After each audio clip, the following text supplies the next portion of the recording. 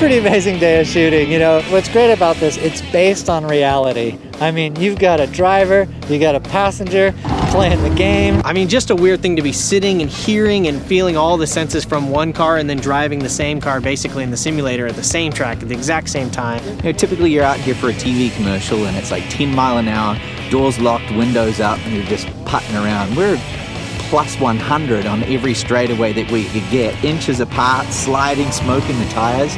But the main thing is that it's totally in the middle of it all the time, middle of the action. When we're chasing in a camera car, we're running flat out. That camera's like under the bumper of these cars as they're drifting around. In turn 5 up here, I think they're pulling over a G as he turns into that left-hander there, and you can feel it and see it there, and this is stuff you couldn't set up and fake.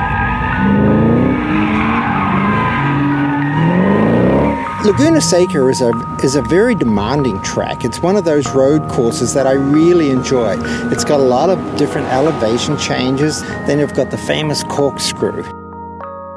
You know, you can't even see, when you turn left into that corner, you can't see the apex for the right side of that corner down the hill. As you make that left over the top of the corkscrew, you're turning against the sky. You know, you're literally dropping out of an 8-story building as you go over the edge there. You obviously are familiar with Laguna Seca.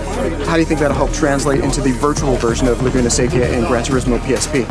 Well, it translates pretty directly. The contour of every corner is all very, very exact. There's bumps, there's little camber changes that have a huge effect on the car in real life that you can, if you pay attention, you can feel them having the same effect in the game.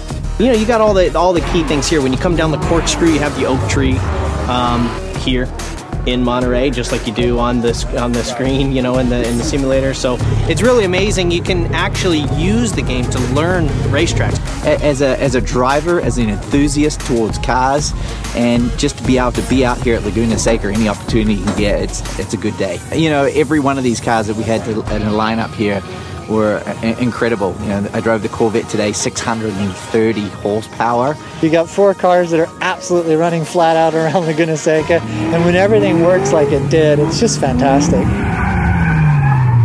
Gran Turismo, only possible on PSP and PSP Go. PlayStation